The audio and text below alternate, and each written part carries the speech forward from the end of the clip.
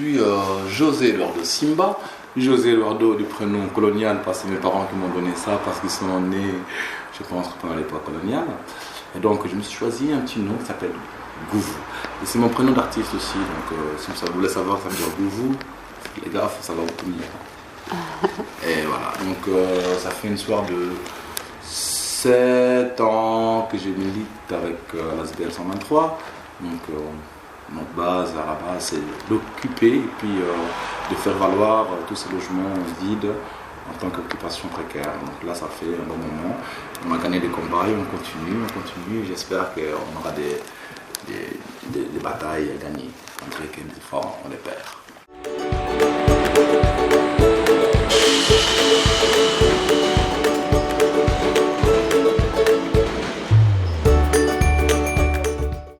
Je suis un mammifère femelle de race blanche.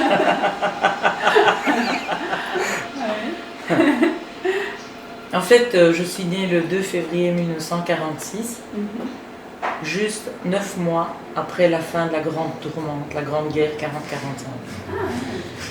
Donc voilà, je suis une enfant de la liberté retrouvée et je n'ai jamais perdu le goût de ça. Donc toute ma vie a été animée de cela. Et donc il est logique, depuis 5 ans, j'habite dans un système communautaire. Et voilà. Ça n'a pas toujours été le cas puisque je suis maman, j'ai élevé des enfants. Toute ma vie, j'ai loué des appartements pour qu'elles aient une vie correcte et tout.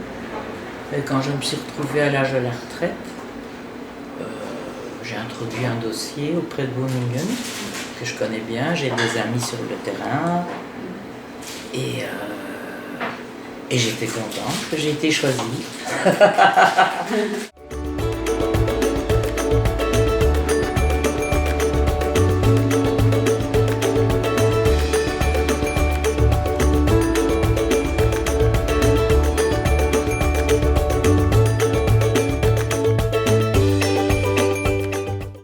Donc voilà, je m'appelle Geoffroy et je suis actif dans le monde de l'occupation depuis un peu plus de 10 ans.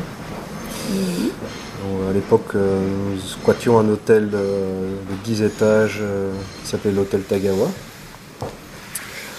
J'ai découvert un peu ce monde-là par hasard, par des amis qui m'ont présenté et qui m'ont aussi un peu ouvert les yeux sur la situation du logement à Bruxelles.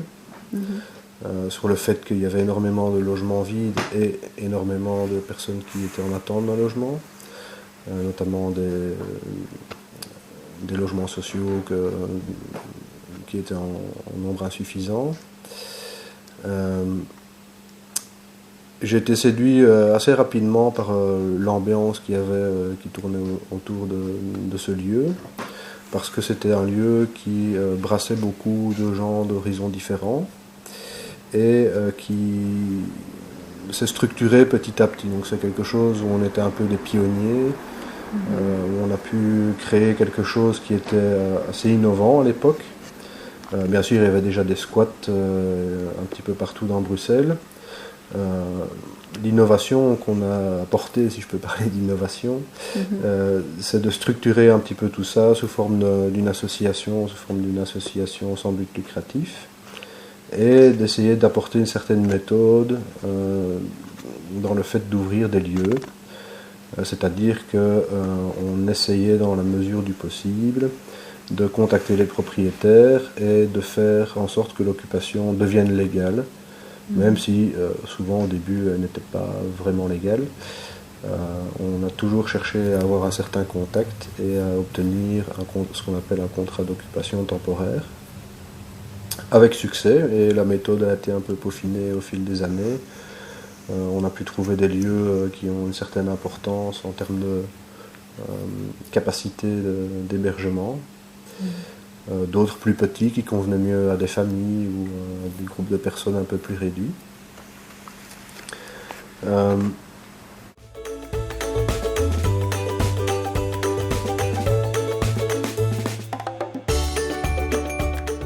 Qu'est-ce que ta maison a de spécial? En fait, cette maison, j'ai mis un âme. J'ai mis une vie. Je ne sais pas si un jour Denis, s'il veut bien nous présenter les photos, vous pourrez voir cette maison comment c'était vraiment délabré de partout. Moi j'appelais ça un cimetière vivant. Pourquoi? Parce que tout était délabré, les murs étaient remplis de moisissures, on voyait le plafond en haut. Bon, en haut il n'y avait plus de plafond ni en bas, donc tu pouvais tomber dans la cave, comme en haut tu pouvais tomber d'ici. Donc voilà, j'ai tout refait et pendant en tout cas de bons mois, voilà, j'ai travaillé pour arriver à ce résultat que vous voyez là. Il y a peu de choses à faire, mais bon. Il y a eu plein de travaux. Oui, plein de travaux. J'ai dû casser les murs, remettre les murs. Le mur est à nu. Hein. Je n'avais pas plafonné, je connaissais rien dans le bâtiment. Donc je me suis dit, c'est une expérience en fait en soi de connaître qu'est-ce qui est vraiment une maison et qu'est-ce que la complexité d'une maison. On croit que une maison, c'est une maison, on arrive comme ça, tout est fait, mais il y a plein de choses en fait dans une maison. Il y a l'électricité, il y a la plomberie, il y a le plafonnage, il y a je sais pas moi. Il y a plein de trucs dans une maison en fait. Le gaz, regardez, même le gaz n'est pas encore regardé. Et tout ça, tu le savais déjà faire quoi? Non. Tu as appris ici alors?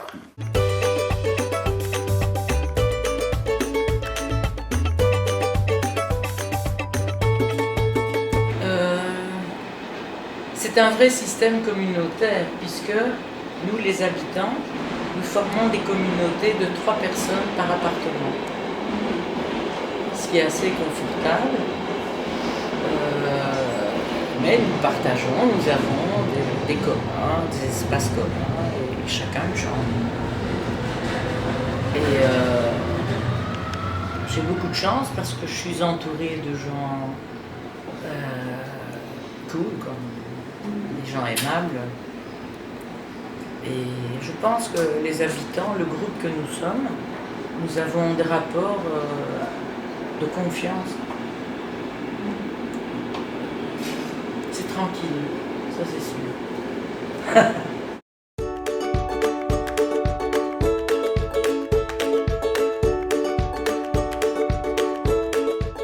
Voilà, l'aventure continue, je dois dire. La situation a un peu évolué depuis 10 ans. Ma situation personnelle a évolué aussi. Je me trouve actuellement dans une situation familiale un petit peu difficile, beaucoup. Et je me rends compte que aujourd'hui c'est compliqué de trouver un logement qui me permettrait par exemple d'accueillir mes enfants. Même en ayant un salaire convenable, même en ayant Moi j'ai eu une vie classique pendant plusieurs années, je n'ai pas squatté évidemment pendant 13 ans. Et je me rends compte aujourd'hui que ce modèle-là me plaît énormément parce qu'il y a tout l'aspect communautaire qui tourne autour. Et face aux difficultés que j'ai actuellement de trouver un logement qui pourrait me convenir, et convenir aussi à l'accueil de mes enfants. Il y a plusieurs alternatives. Je suis presque obligé de faire appel à des aides qui existent, mais ce n'est pas vraiment un modèle qui me convient. Je suis plus attiré par l'aspect communautaire et l'aspect, je dirais, militant de l'occupation temporaire, même si il y a évidemment des inconvénients. Par exemple, le fait que ce soit justement temporaire, qu'on n'est jamais sûr de la durée pour laquelle on va pouvoir rester dans le bâtiment. On peut se dire déjà à l'avance que voilà, sur les 10 prochaines années, on va peut-être changer 2 fois, 3 fois, 4 fois de lieu, avec chaque fois un nouveau... recommencer au départ les négociations, les recherches, etc.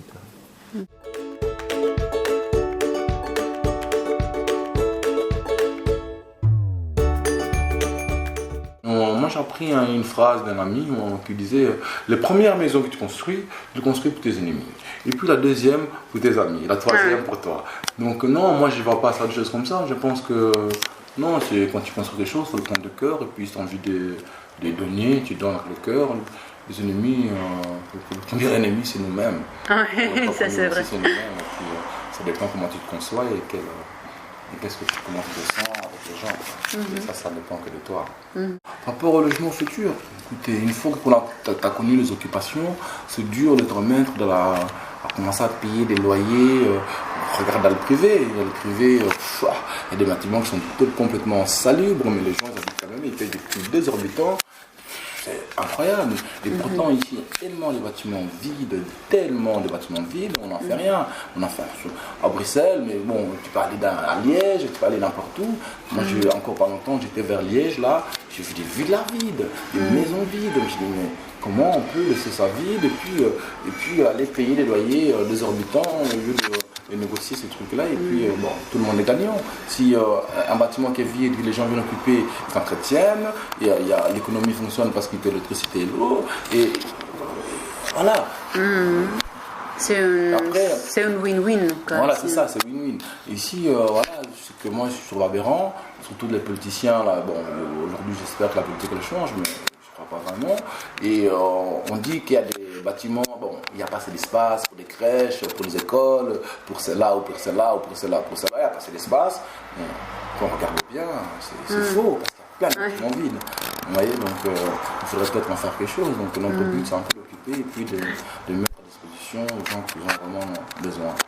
Les artistes ou des autres associations qui veulent faire un projet concret. Donc je pense que c'est une bonne voie. Mais bon, moi j'aurais du mal en tout cas à me remettre dans la voie normale, traditionnelle de payer un loyer. Sinon il y a d'autres projets, par exemple payer une rente minimale pendant un certain temps et puis devenir propriétaire, surtout dans notre situation. Je sais pas, une situation fixe, il y a d'autres projets. Là, on peut parler à mon ami Thomas Léance, il en parlera. Et donc, il y a plein de projets qui se développent. Donc, pourquoi pas aller dans ce sens.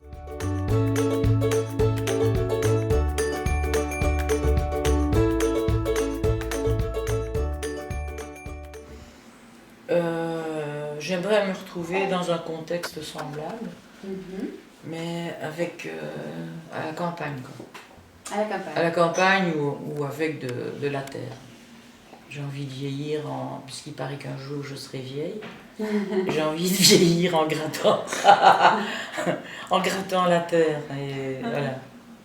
Voilà. Je suis sûre que ça va arriver. Je suis sûre que ça va arriver. On va trouver ou de l'autoconstruction ou un truc à occuper à la campagne.